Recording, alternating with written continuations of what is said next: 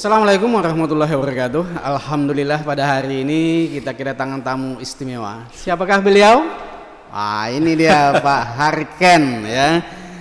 Sebagai pemerhati pendidikan yang memang para pemirsa tidak lain lagi siapa beliau ini. Apalagi akhir-akhir ini beliau ini adalah menggagas ya di bidang pendidikan, khususnya di bidang literasi. Selamat siang Pak Harken. Ya, selamat siang Pak Haji Hasban. Assalamualaikum warahmatullahi wabarakatuh. Iya, bagaimana kabarnya? Alhamdulillah sehat. Sehat. Ya, seperti biasa. Iya. Baik, jadi kita para pemirsa kita masih di Edukasi Natuna Podcast. Mungkin kita ada ngobrol sedikit khususnya bagaimana edukasi di bidang pendidikan khususnya nanti di literasi. Para pemirsa, kita lanjutkan di sesi awal ini yang pertama pendidikan ya. Pendidikan ini memang sangat menarik untuk dibicarakan. Apalagi sekarang ini dengan datangnya COVID-19 ya. Ada pendidikan yang memang suruh belajar di rumah, sudah belajar di rumah, ada pula orang tua suruh nak belajar di sekolah, pening kepala gitu. Nah, jadi saya mohonlah komentar Pak Harken tentang pendidikan saat ini di Indonesia atau khususnya nanti di Natuna. Terima kasih. Ya, terima kasih. Ya, suatu kehormatan juga saya diundang di Edukasi Natuna Podcast ya. Kalau kita bicara pendidikan, kalau hari ini yang terjadi ya pendidikan apalagi di tengah masa pandemi ini suatu hal terobosan-terobosan tentu harus dibuat dengan kebiasaan baru yang hari ini juga harus dipahami oleh semua komponen masyarakat ya, tenaga kependidikan, siswanya, masyarakat, orang tuanya. Namun ada hal juga yang harus kita bahas secara komprehensif seperti ini maksud saya. Kalau kita mengacu kepada Undang-Undang Dasar pasal 31 itu jelas setiap warga negara berhak mendapatkan pendidikan yang layak. Yang layak. Nah, di breakdown lagi di Undang-Undang nomor 20 tahun 2003 tentang sistem pendidikan nasional. Ada satu hal yang di sini disebutkan di situ bahwasanya pendidikan itu suatu hal yang sadar terencana untuk mewujudkan proses belajar dan pembelajaran sehingga terwujudlah suatu hal yang positif bagi peserta didik secara aktif untuk membentuk gitu ya kekuatan spiritual, keagamaan, kepribadian, intelektualnya untuk kepentingan diri dia sendiri, masyarakat dan bangsa. Nah, hari ini yang terjadi kita melihat masih belum target yang disebutkan itu belum tercapai sepenuhnya. Ya, apalagi hari ini pembentukan karakter, saya lebih pada penekanan hari ini di dunia pendidikan di masa pandemi ini dengan proses belajar yang tidak normal. Maksud saya normal biasanya kita hari ini kan dibatasi ya seperti itu. Nah, pembentukan karakter itu lebih nomor satu menurut saya dibandingkan yang lain ya. Karena apa? Ketika siswa, anak-anak kita itu punya karakter yang luar biasa, itu akan menjawab semua tantangan yang mereka hadapi. Jadi kondisi hari ini di pendidikan di masa pandemi ini lebih kita tekankan kalau pendapat saya pada pembentukan karakter. Ya, jadi kalau menurut Pak Harken istilahnya kan kita sekarang itu kan selalu berbicara tentang kalau pendidikan itu kualitas, mutu. Tapi kan bagaimana outcome yang memang diinginkan yang sebenarnya itu kan setiap orang lain-lain sudut pandang. Jadi kalau menurut Pak Harken kira-kira kualitas yang kita harapkan daripada peserta didik kita setelah tamat dari sekolah kira-kira apa saja yang kita harapkan di situ? Ini yang harus kita rubah mindsetnya Pak Haji. Kenapa? Selama ini pendidikan berkualitas itu pada angka. Nah, ini yang harus dirubah. Selama ini anak, mohon maaf, yang juara 1, 2, 3 disebut anak yang hebat. Ranking lah istilahnya. Yeah. Nah, saya sampaikan kalau pendapat saya itu harus kita buang paradigma. Yeah. Bukan bicara angka. Bukan hari ini juga bicara anak yang NEM-nya tertinggi itu sekolahnya berkualitas gitu. Apalagi anak-anak yang lolos di perguruan tinggi tertentu ya, itu bukan. Saya melihat pendidikan berkualitas itu harus komprehensif dan integral. Apa gitu? Dia punya kemampuan intelektual, kognitifnya, dia punya perilaku dan sikap yang baik. Ini sekali lagi, dia punya perilaku dan sikap yang baik, dan dia mempunyai kemampuan motorik untuk menghadapi masalah. Itu menurut saya pendidikan yang baik. Sehingga apa?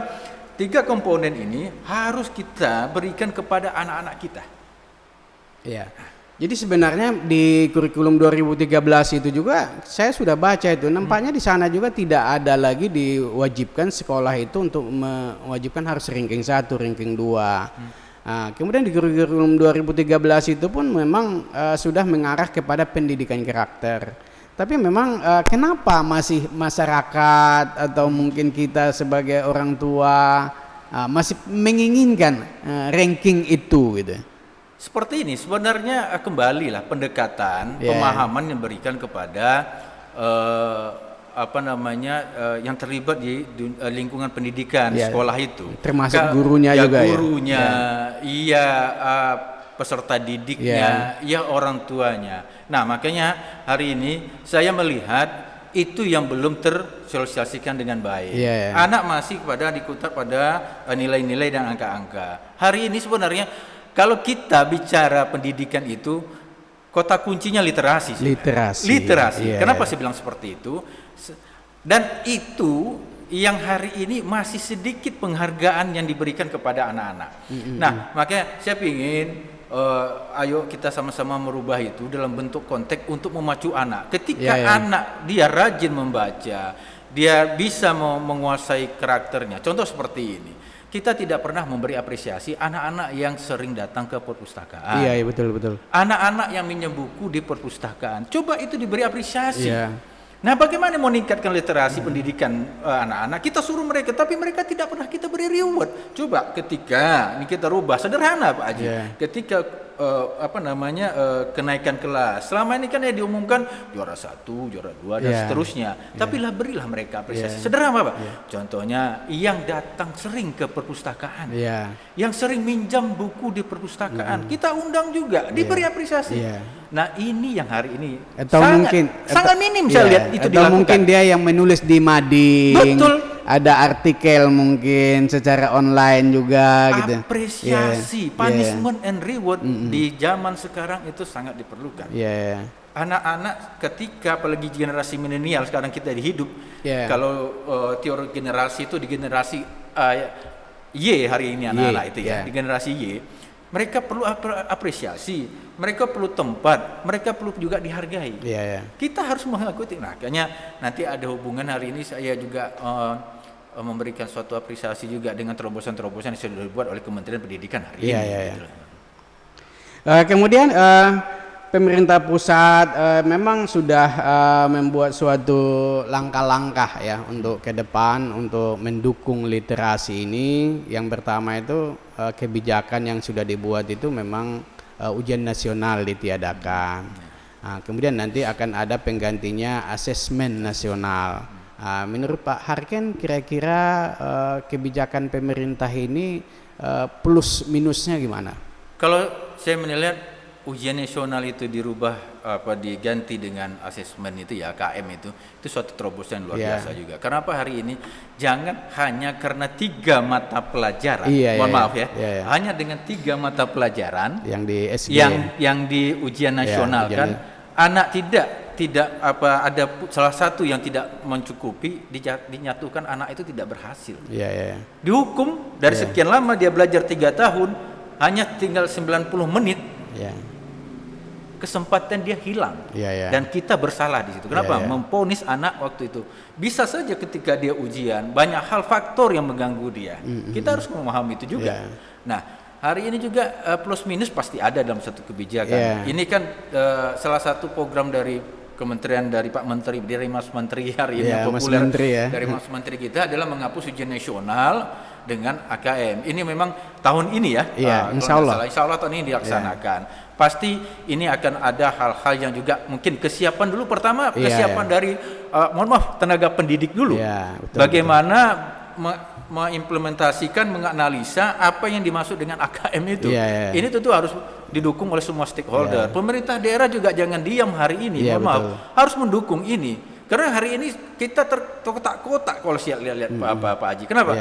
Ini urusan SLTA, ini urusan provinsi ini SMK. Kalau memang regulasinya begitu, tapi ingat ini anak kita loh.